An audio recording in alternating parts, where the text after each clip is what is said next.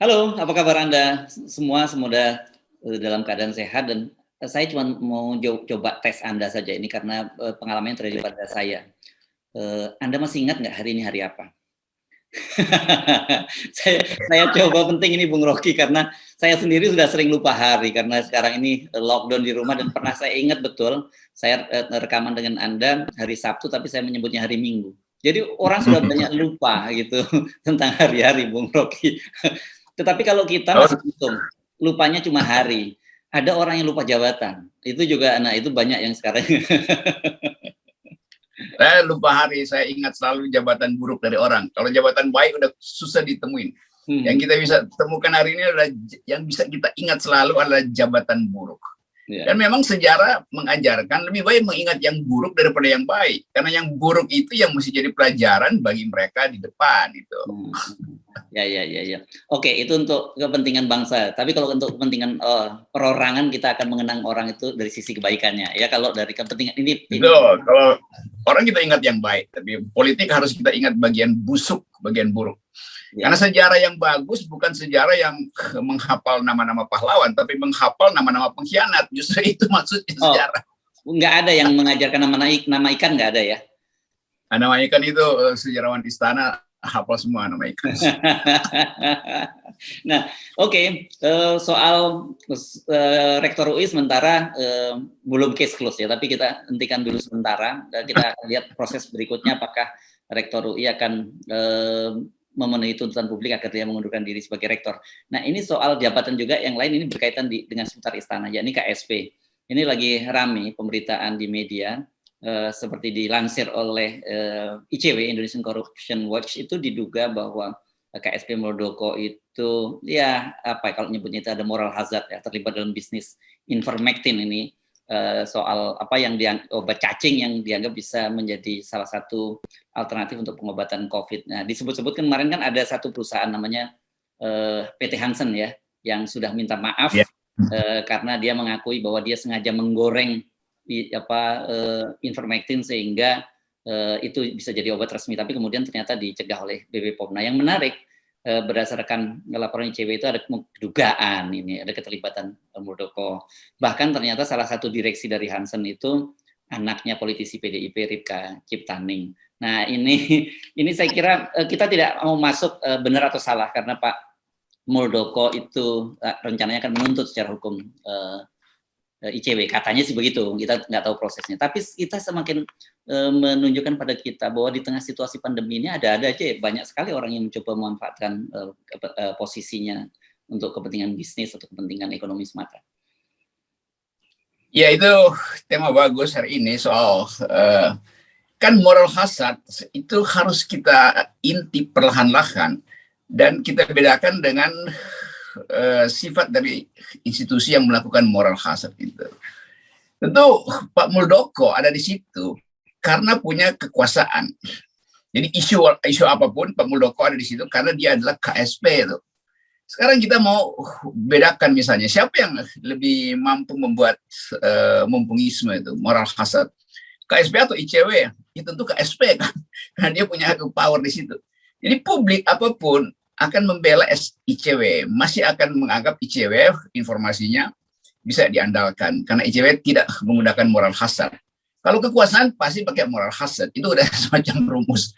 Jadi memang nama Pak Muldoko kan dalam 1 tahun ini ya terus ada di ingatan orang sebagai seorang yang punya ambisi lalu mengkudeta Partai Demokrat. Jadi teori ambisi itu masih hidup terus akhirnya itu karena belum ada klarifikasi secara hukum maupun secara etis. Jadi kalau Pak Muldoko lakukan hal yang dituduhkan atau disangkakan atau didugakan oleh ICW, orang hubungkan lagi dengan kalau begitu Pak Muldoko juga lagi kumpul kekuatan kapital untuk lakukan apa aja yang boleh kita sebut kudeta inilah kudeta itulah. Jadi tepat sekali bahwa dalam keadaan COVID semacam sekarang orang mengambil kesempatan dari lalu lintas informasi. Di dalamnya pasti ada celah untuk ambil keuntungan dari lalu lintas informasi. Dan kata lain, kekacauan selalu menimbulkan manfaat bagi mereka yang ingin memanfaatkan moral hazard. Nah, itu kira-kira dalilnya. Saya kira dalam situasi semacam ini itu penting disadari oleh pejabat publik. Kita tidak mau menghakimi Pak Muldoko karena kita tidak tahu seperti apa fakta hukumnya. Dan ICW punya data-data menyebutkan bahwa anaknya Pak Muldoko itu kemungkinan juga terlibat di situ. Kemudian ada partnernya yang juga kenal dekat dengan Pak Muldoko juga terlibat. Dan kemudian kalau anaknya Ripka Ciptaning jelas itu disebutkan menjadi direksi di PT Hansen yang kemarin sempat memasarkan secara masif ivermectin. Nah, tetapi satu hal yang saya kira menjadi fokus perhatian kita, Pak Muldoko itu kemarin juga sempat mempromosikan ivermectin, bahkan menyatakan bahwa saya menggunakan ivermectin dan nggak ada dampak apapun. Saya kira ini kan seperti hal semacam ini agak berbahaya karena bagaimanapun Pak Muldoko tidak punya kapasitas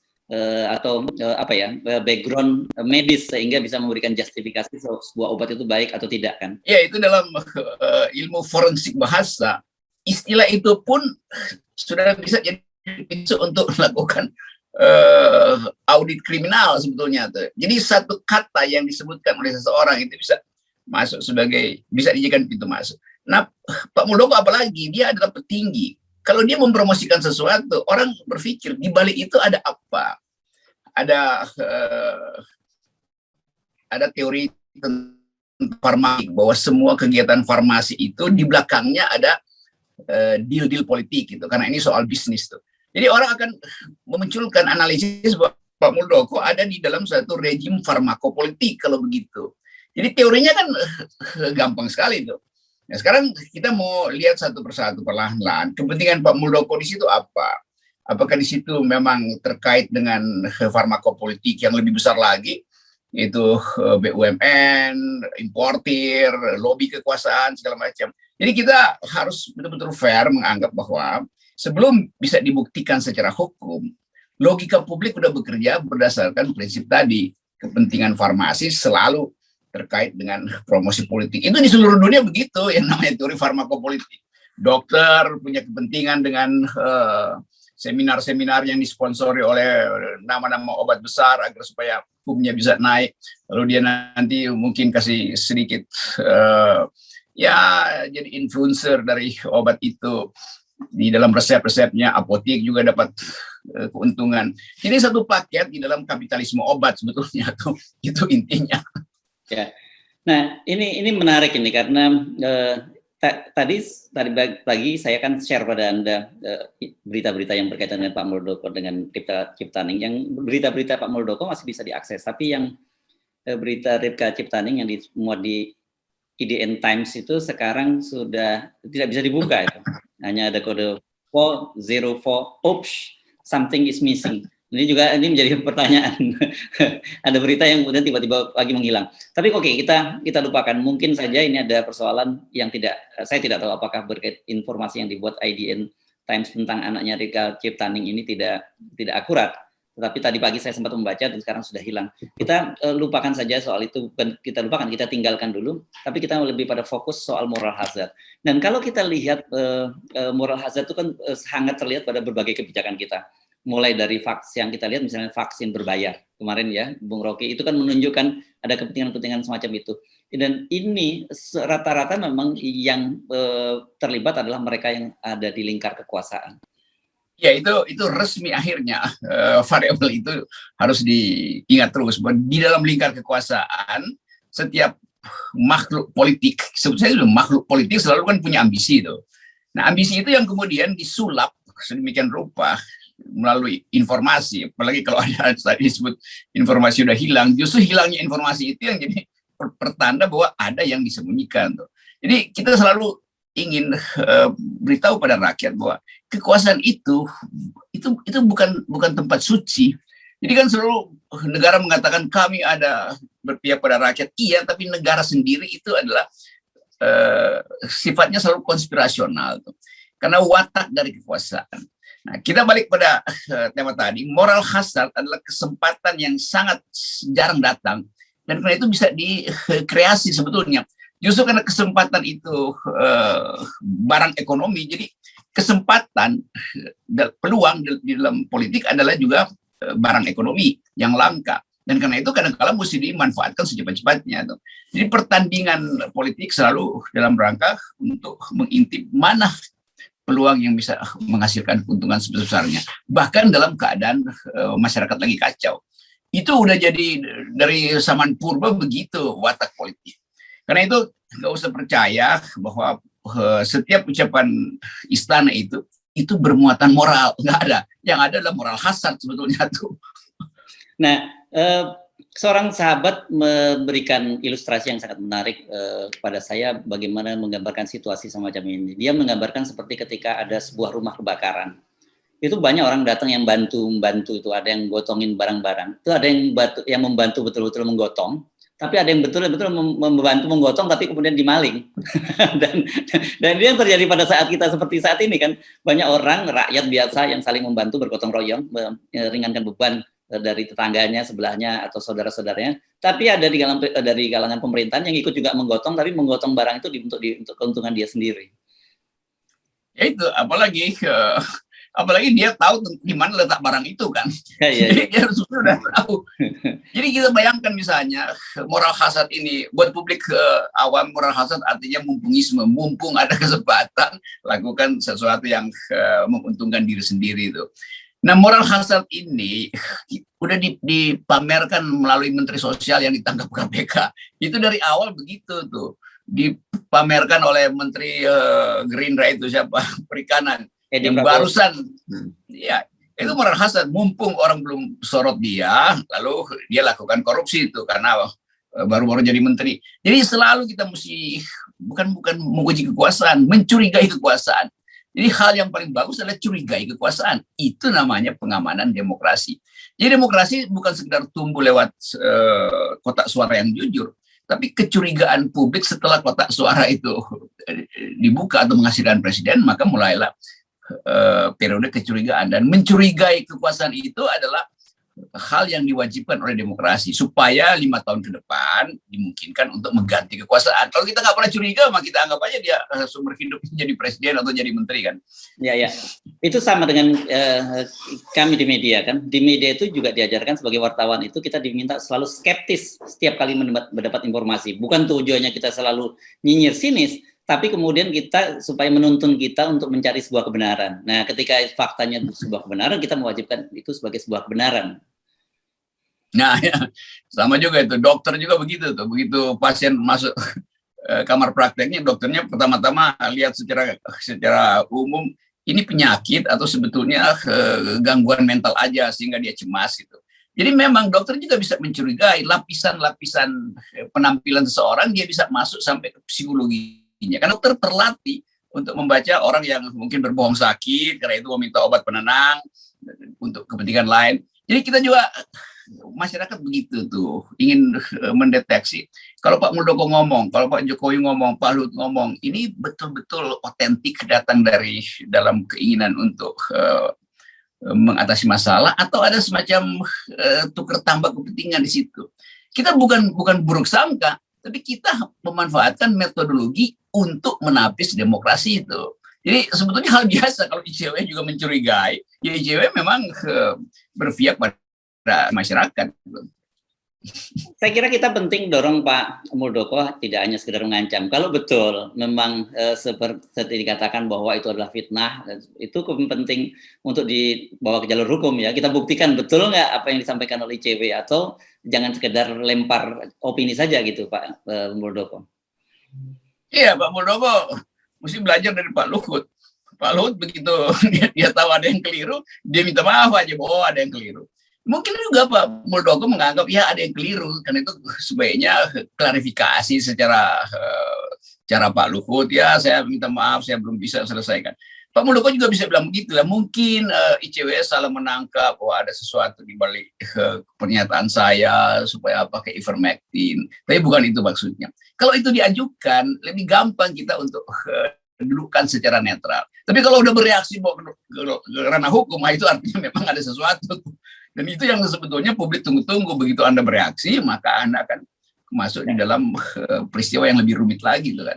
Ya. Jadi hal-hal beginian yang betul sekali kemampuan kita untuk menjadi waras harus betul-betul dioptimalkan justru dalam keadaan kegilaan di istana.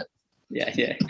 Nah, ini yang saya sering prihatin ya. Dalam situasi begini ini kan kemarin kita melihat kasus pada kasus Rektor UI. Ketika dia melanggar aturan, maka aturannya yang diubah, begitu ya. Dan ketika kemudian dalam kasus Mensos yang melakukan pencurian atau bukan pencurian lagi, ini perampokan terhadap bansos yang nggak harusnya itu kalau dalam pidana dia mengalami pemberatan, karena kan biasanya begitu kalau melakukan pencurian di tengah huru-hara itu hukumannya harusnya lebih berat dan ancamannya hukuman mati, ternyata hukumannya lebih ringan. Jadi kan orang kemudian melihat sebenarnya apa yang terjadi pada bangsa kita ini, Budi? Apakah kemudian semua politik itu harus jahat seperti itu? Udah terbentuk pengetahuan itu, karena itu tanpa perlu kita analisis, rakyat menggeleng setiap kali kekuasaan bicara. Nah, gelengan itu yang kita lihat di dalam demo mahasiswa, bahkan LSM, segala macam, bahkan rakyat biasa lakukan demonstrasi untuk menolak PPKM. Jadi orang nggak perlu lagi, satu istana bilang, PPKM itu penting, kita mesti terangkan. Iya, apapun yang diucapkan istana, orang menganggap kalian itu adalah pelaku-pelaku kebohongan itu. Jadi kepercayaan itu yang sama sekali hilang. Nah, sekarang bertambah lagi itu, ada kasus Pak Muldoko, kasus macam-macam koruptor yang justru hukumannya, tuntutannya bahkan belum hukuman, tuntutannya lebih ringan dari yang seharusnya. Itu terbentuk satu paradigma di publik bahwa ya sebaiknya ribut-ribut ini kan menandakan bahwa harus ganti mesin aja, karena itu kemudian muncul tagar ya sebaiknya nggak usah sampai 2024. Lu istana cemas lagi, lu nggak perlu cemas karena ini hal biasa di mana otak publik itu nggak bisa lagi dibujuk dengan kalimat-kalimat narasi kekuasaan itu. Udah periode itu udah selesai. Jadi kita masuk pada fase di mana mari kita berhitung bagaimana agar supaya indikasi-indikasi itu tentang kerusakan kekuasaan bisa diorkestrasi untuk mempercepat perubahan politik. Dan kita mesti anggap bahwa ini orkestrasi yang bagus sebetulnya. Kalau kita tunggu 2024 ya rusaknya lebih banyak lagi. Moral hasad akan dipergunakan habis-habisan menuju 2024. Mending kita hentikan sekarang. Ya. Ini analisis saja, bukan provokasi. Ya. Nah, ini ada yang mengingatkan pada saya, Bung Rocky. Ini bukan dari kalangan pemerintahan, tapi ada seorang teman. Kalau saya katanya mengamati talk show kita, dialog kita, atau konten-konten saya, kenapa sih selalu tone-nya negatif terhadap pemerintahan? Yang dia bukan membela pemerintah, dia khawatir. Saya khawatir, kenapa? Karena nanti akan muncul persepsi di publik, juga kalangan anak-anak muda, bahwa politik itu jahat. Jadi siapapun yang berbicara, yang masuk dalam kekuasaan itu akan menjadi jahat. Itu saya tiba-tiba berpikir juga, nah kita perlu jelaskan kepada viewer kita. Bukan seperti itu, justru kita sebenarnya mendorong orang-orang baik masuk ke kekuasaan ya, karena kalau kekuasaan itu di tangan orang jahat itu jauh lebih berbahaya. Sementara kalau kekuasaan di tangan orang baik itu kan mendatangkan manfaat yang luar biasa. Kita bisa menunjuk negara-negara lain lah, misalnya seperti di Islandia, New Zealand, atau yang baru saja turun di Jerman, Merkel yang sangat dicintai oleh publiknya gitu ya, Bung Rocky. Ya, kita mesti terangkan bahwa FNN, Harus Bernopon, Rocky Gerung Official, memahami politik sebagai barang bagus, baik. Karena itu ajaran di dalam dasar-dasar politik awal di Athena itu, kalau saya balik ke Aristoteles, hanya melalui politik kita bisa mendistribusikan kebaikan. Hanya melalui politik kita bisa mendistribusikan keadilan dan kemakmuran. Jadi politik dasarnya baik. Karena itu FNN ingin mengembalikan fungsi politik yang bersifat etis itu baik. Jadi kalau kita terus melihat secara negatif, itu dalam upaya kita untuk memvaksin negeri ini dari virus-virus orang jahat. Jadi fungsi FNN adalah menyediakan politik bagi orang baik dan menyingkirkan orang jahat dari politik. Nah, karena itu kita kasih kritik. Itu kira-kira tuh buat teman dan mereka yang selalu menganggap bahwa kita sinis pada kekuasaan. Loh, tugas kita mesti sinis pada kekuasaan yang buruk, bukan pada yang baik. Kalau yang baik pasti kita rawat, kita promosikan. Itu intinya. Ya. Nah, ini penting, jangan sampai salah paham. Jadi saya ingin meminjam salah satu ceramahnya dari Ustadz Abdul Somad. Ini kan sahabat Anda juga nih, Bung Rocky. Ya, yang menyatakan bahwa kalau seorang dai atau seperti kita bicara, mungkin ditonton oleh jutaan orang. tetapi untuk mengubahnya itu kan perlu kekuasaan. Jadi kata dia, memang kekuasaan itu harus di tangan orang baik, karena tanda tangan seorang bupati, tanda tangan seorang wali kota, gubernur, apalagi presiden, itu bisa mendatangkan kebaikan berkali-kali lipat, tapi juga bisa mendatangkan keburukan berkali-kali lipat. Nah, pada kasus di Indonesia ini ternyata yang kita amati justru lebih banyak keburukannya, bukan kebaikannya. Kan begitu ya? Betul, tanda tangan presiden itu bisa menghasilkan manfaat, bisa menghasilkan mudarat. Jadi hati-hati presiden kalau tanda tangan. Ya. Dia mesti baca dulu, bukan saya tidak membaca. I don't read what I sign. Itu juga yang terjadi dalam statuta UI, itu tanda tangan buruk. Ya. Ya. Clear. Ya, saya kira saya menjawab pertanyaan sahabat tadi yang mengingatkan kita, katanya dia khawatir karena bagaimanapun kata dia dialog-dialog Anda dengan Bung Rocky itu ditonton jutaan orang. Banyak diantaranya anak-anak muda yang sengaja kuliah khusus pada Bung Rocky gitu ya. Ini sebelum kita nggak pakai perlu lewat kartu para kerja lewat para kerja. Kan kita bisa kuliah langsung di sini tanpa membebani anggaran pemerintah. Nah, ini kita sudah luruskan dan saya kira semangatnya kita memang tetap saja bahwa kita menginginkan kebaikan untuk bangsa dan negara ini. Ya, karena itu tugas channel ini adalah menghalangi beredarnya kartu pradungu. Oke. Mantap. Baik, terima kasih. Sip.